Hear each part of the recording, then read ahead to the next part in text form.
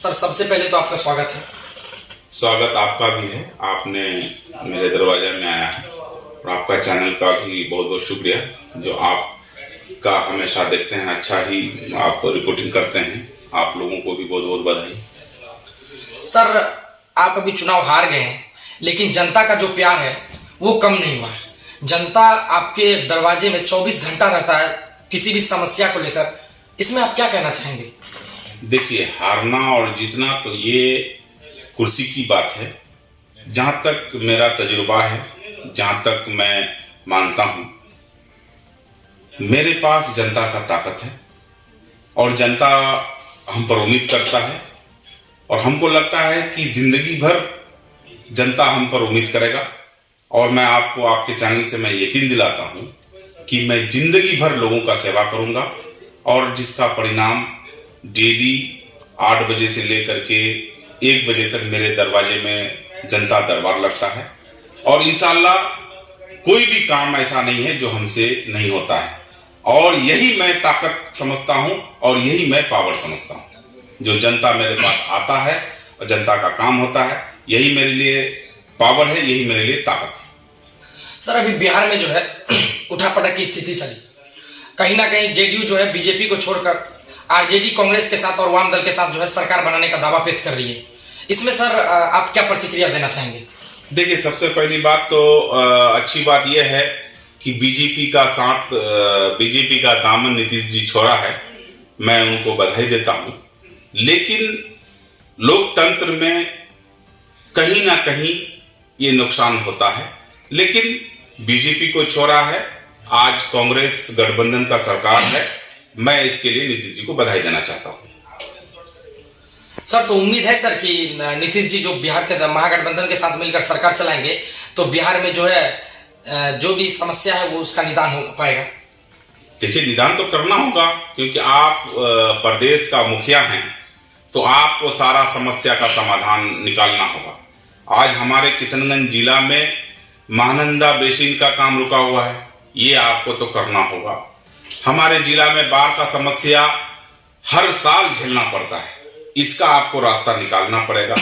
और हमारे यहाँ जो अल्पसंख्यक समुदाय के लोग हैं, जो यहाँ माइनॉरिटी में तो नहीं हैं, लेकिन क्या कहते हैं कि हमारे अररिया, पूर्णिया, किशनगंज और क्या कहते हैं, ये 4 डिस्ट्रिक्ट का ऐसा है जो अल्पसंख्यक हम लोग जिसको कहते हैं, हम लोग हैं माइनॉरिटी में हैं। तो हम चाहेंगे कि एक विशेष पैकेज हमारा महागठबंधन का सरकार, कांग्रेस का सरकार, नीतीश जी का सरकार, जितने भी लोग हैं इस गठबंधन में, इस सरकार में, हम चाहेंगे कि हमारा कोसी कमिश्नरी हमारा सीमांचल के लिए एक पैकेज दे।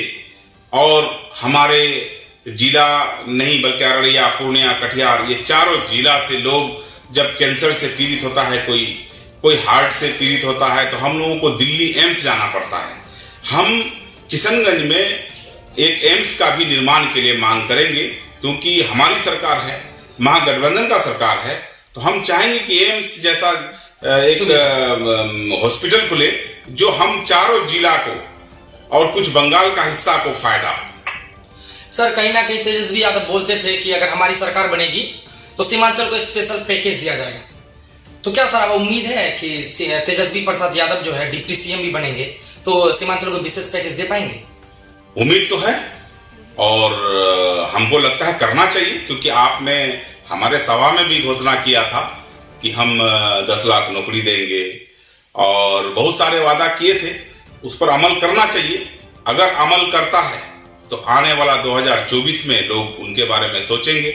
अगर अमल नहीं करता है तो फिर उसको जवाब देना पड़ेगा 2024 में। मैं तो चाहूंगा कि मेरा कांग्रेस भी उसमें है। कांग्रेस तो वादा नहीं किया था, कांग्रेस हमेशा पब्लिक का मुद्दे को उठाया है। आज महंगाई का मुद्दे को लेकर के पूरे देश स्तर पर लड़ रहा है। तो हमारा कांग्रेस तो हर समय लड़ रहा है, वादा कुछ नहीं किया था। लेकिन इतना उम्मीद है कि जो महागठबंधन में सरकार में जो भी लोग हैं, हम चाहेंगे कि जो वादा किए हैं उसको पूरा करें। सर कुछ दिन पहले AIMIM छोड़कर 4 विधायक जो है आरजेडी में शामिल हुए थे, तो क्या सर वो जो कदम उठाए थे वो बोल रहे थे कि हम सरकार बनाने के लिए ये कदम उठाए हैं, क्या सर ये सही था या गलत था? देखिए, सबसे पहली बात तो दल बदलू वाला काम नहीं होना चाहिए। दूसरी बात, आप कहते हैं कि हम कदम सही उठाएं कि गलत उठाएं। सरासर गलत कदम था ये। सरकार अगर आज बनती तो बगैर एमआईएम के जो चारों विधायक आए हैं, एक विधायक और हैं, इसके बगैर भी सरकार बना सकता था। आप दल बदलू होकर के दूसरे पार्टी में शामिल होते हैं, इससे स्पष्ट होता है कुछ ना कुछ आपको डोनेशन दिया होगा तभी आप पार्टी छोड़ें। ये कहीं से सही नहीं है, ये नहीं होना चाहिए। लोकतंत्र के लिए ये खतरा है, क्योंकि नेता ही जब बिकेंगे तो जनता पर असर पड़ेगा। सर, बिहार समेत पूरे देश में भी महंगाई चरम सीमा पर है, तो सर बिहार में जो है नीतीश सरकार है सर, तो इससे लोगों को महंगाई में जो है कोई कमी आ पाएगी सर? एकदम कमी करना चाहिए। पेट्रोल में जो वेट लगता है उसमें भी कमी करना चाहिए, डीजल में जो वेट लगता है उसमें कमी करना चाहिए, और लोक हित में काम करना चाहिए।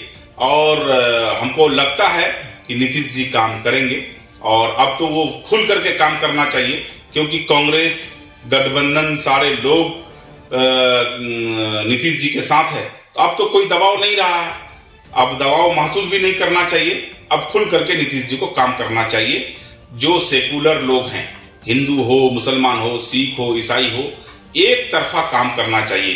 ये नहीं कि ये मुसलमान है तो मुसलमान का काम क्यों करेंगे, ये हिंदू है तो इसका काम क्यों करेंगे। हम चाहते हैं कि सेकुलर जो लोग हैं उनका काम हो, और हमको उम्मीद है कि नीतीश जी काम करेंगे। सर, कुछ दिनों पहले सर कटान धसान की भी मुद्दा सर खूब जो है चरम सीमा पर थी बहादुरगंज विधानसभा में। कई जगहों पर जो है सर कटाव के कारण बहुत सारे लोग बेघर हुए सर, तो इसमें सर आप कहां तक किसको सहयोग किए सर? देखिए, कटान धसान हमारे बहादुरगंज विधानसभा में पहले से भी मुद्दा रहा है, लेकिन इस बार जो स्थिति है, आपका ग्वालटोली का नामो निशान खत्म हो गया। मेरा पथरगट्टी पंचायत में पड़ता है, निशंद्रा पंचायत में खारी टोला पड़ता है, उसका नामो निशान मिट गया है। हमारा बहादुरगंज में आपका महसबतना पंचायत में खारी टोला है, उसका नामो निशान मिट गया है। बुरुज टोला, उसके बाद बोचा गाड़ी, उसके बाद कोल भिट्टा, आप देखिएगा कि आधा आधा गांव कट करके नदी में विलीन हो गया है। इसके बारे में कदम उठाने की जरूरत है। जब तक हम पावर में रहे तो हम तो काम पर यकीन रखते थे, और न्यूज ये क्या कहते हैं, फेसबुक व्हाट्सएप पर हम यकीन नहीं रखते थे। हम काम करते थे जमीनी स्तर पर। आज मटियाड़ी एक गांव है टेरागाछ में, मटियाड़ी हाट भी है, उसका गांव का आज नामो निशान खत्म हो गया। आज जो भी लोग पावर में हैं उसको भी कदम उठाना चाहिए और ये सब काम करना चाहिए। हम लोगों का भी प्रयास है। अब तो मैं नीतीश जी से मांग करता हूं कि जहां जहां कठिन है, जहां जहां गांव विलीन हो गया है, वहां बोल्डर पिचिंग हो, तभी गांव बच सकता है। सर, बहादुरगंज विधानसभा के लोगों सहित पूरे सीमांचल के लोगों के जहन में अभी एक बात आ रही है सर कि आरजेडी में जो शामिल हुए यहाँ के प्रेजेंट विधायक हैं, तो अब जो है महागठबंधन में कांग्रेस भी है, तो आने वाले समय में सर अगर आपको टिकट नहीं मिलता है तो आपका अगला कदम क्या होगा सर? देखिए, टिकट कोई फैक्टर नहीं है, न टिकट कोई मुद्दा है। अभी मैं कांग्रेस का एक सिपाही हूं, और कांग्रेस बराबर बहादुरगंज विधानसभा से क्या कहते हैं, कांग्रेस लड़ा है, जीता है, चौथी बार मैं एमएलए रहा हूं, और कांग्रेस का हक भी बनता है, कांग्रेस का टिकट भी है। और रहा सवाल जनता का, जनता मुझे आज भी प्यार करता है, कल भी प्यार करता था, और किसी कारण बस हमको हराया है। मैं इसको हार नहीं मानता हूं, क्योंकि हरा करके भी मुझसे प्यार करता है, यही मेरे लिए जीत है। और जनता जब तक हमको प्यार करेगा, हमको लगता है कि जनता का टिकट मेरे साथ अगर है तो मैं विधानसभा भी जा सकता हूं, लोकसभा भी जा सकता हूं। जनता का अगर सपोर्ट नहीं रहेगा, टिकट किसी पार्टी का रहे, हमको कोई जिता नहीं पाएगा। इसलिए सबसे बड़ा टिकट जनता है। मैं जनता पर विश्वास करता हूं और उम्मीद करता हूं कि जनता मेरे साथ है, और जनता मेरे साथ है तो विधानसभा लोकसभा जाने में मुझे कोई नहीं रोक सकता है। सर, अभी जो है कल जो है करबला भी मनाया गया जोर शोर से, और अभी जो है आजादी के 75वें अमृत महोत्सव को लेकर पूरे बिहार समेत पूरे देश में जो है तैयारी चल रही है। तो सर आप ऐसे में जो है लोगों को क्या संदेश और क्या मैसेज देंगे? देखिए, सबसे पहली बात कि देश का झंडा है तो उसका तो हमको एहतराम भी करना है, इज्जत भी करना है, और भारत के संविधान के तहत उसको मानना भी। लेकिन हमको लगता है कहीं ना कहीं ये दिखावा है। प्यार होनी चाहिए, देश से होनी चाहिए, माँ बहन से होनी चाहिए, बीवी से होना चाहिए, बाप माँ से होना चाहिए, लेकिन प्यार दिखावा नहीं होना चाहिए। आज का जो सरकार कर रहा है ये दिखावा है। मैं दिखावा पर यकीन नहीं रखता हूं, दिल से मैं मोहब्बत रखता हूं। देश हित में अगर लड़ करके कट करके मर जाना भी पड़े तो हमको आह नहीं होगा। इसलिए मैं दिल पर यकीन रखता हूं, दिखावा पर यकीन नहीं रखता हूं। चलिए सर, बहुत बहुत शुक्रिया आपका। शुक्रिया आप लोगों का, आप लोग आए और हमको लगता है कि आप लोग इसी तरह से काम करते रहेंगे तो समाज हित में बहुत भला होगा। पूर्व विधायक जनाब तौसीफ आलम साहब, जो कि बेबाकी से अपनी बात को रखे और सीमांचल के बहुत ही कद्दावर नेता के तौर पे जाने जाते हैं। शुक्रिया।